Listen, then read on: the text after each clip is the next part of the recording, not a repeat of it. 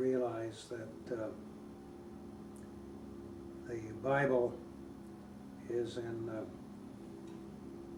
large part, maybe over half, a political document, political in the broadest sense of the term, and is concerned with society and how society is organized and how individuals are treated in that society.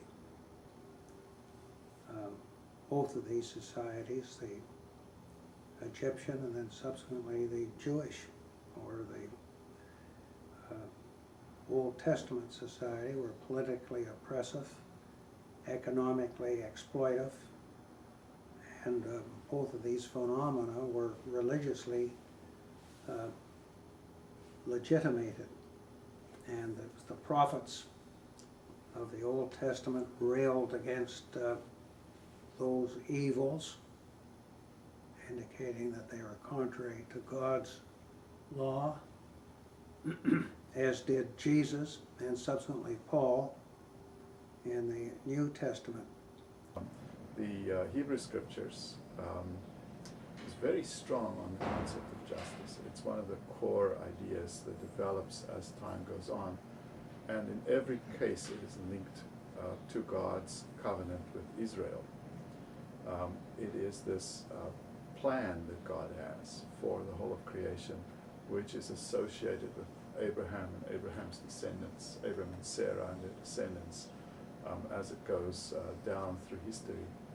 And every time Israel strays from God's purposes, the prophets call Israel back to do God's justice, often in the form of a court case, so you can see the justice structure around that. And these court cases, as they're constructed, for example, in the Minor Prophets, always has to do with the most vulnerable in society. It's when people are exploited or when creation is exploited, because often creation is brought into that story, that God's justice isn't done in the world. So that's the Old Testament perspective, and the terms that most commonly represent God's justice in the Hebrew Scriptures is the widow, the orphan, and the stranger. And it's about treating them right, doing right for them, with them, caring for them, and giving them a place and an opportunity in society and culture, being hospitable. So hospitality for those who are the least of us, becomes a key aspect of God's justice. And the well-being of community when that hospitality is exercised is a key idea in the Old Testament.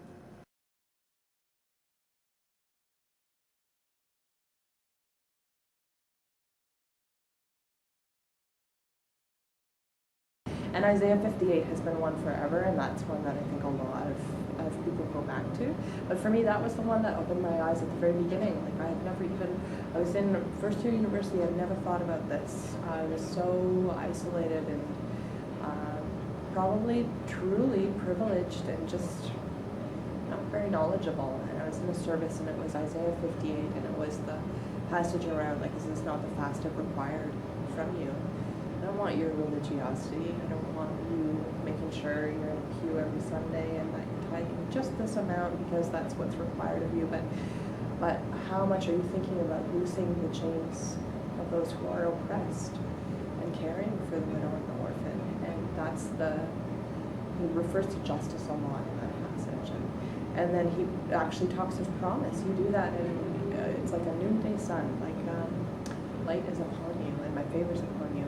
And the promise in that, I think, is really important and interesting. You know, we don't often think about, as we shouldn't, we don't think about what we get because of what we do, but there's something about, if we want freedom for ourselves as well, we have to participate in being part of the people who provide freedom. That's kind of like it's what I mean by God's structure. There's an interesting structure that He's created that if we step into and we're obedient and we strive to understand it, there's freedom rather than we don't have to remain in darkness forever.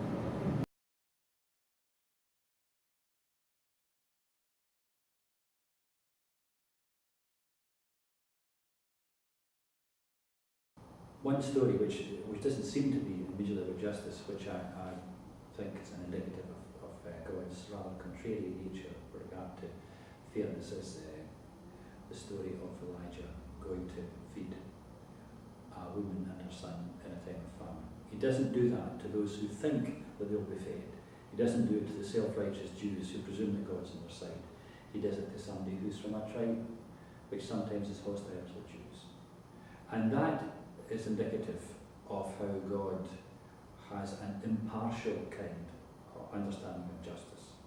And that it's not just something which pertains to those who are religious or to those who are the inside, but it's something which has its effect on outsiders as well. And the whole gamut of Jesus' experience is that he goes to the places and to the people whom the self-righteous believe are outside the pale, and he enjoys their company and delights in them, and allows them to know that the best things which were promised by God to the Jews are also being promised to them who were considered outsiders.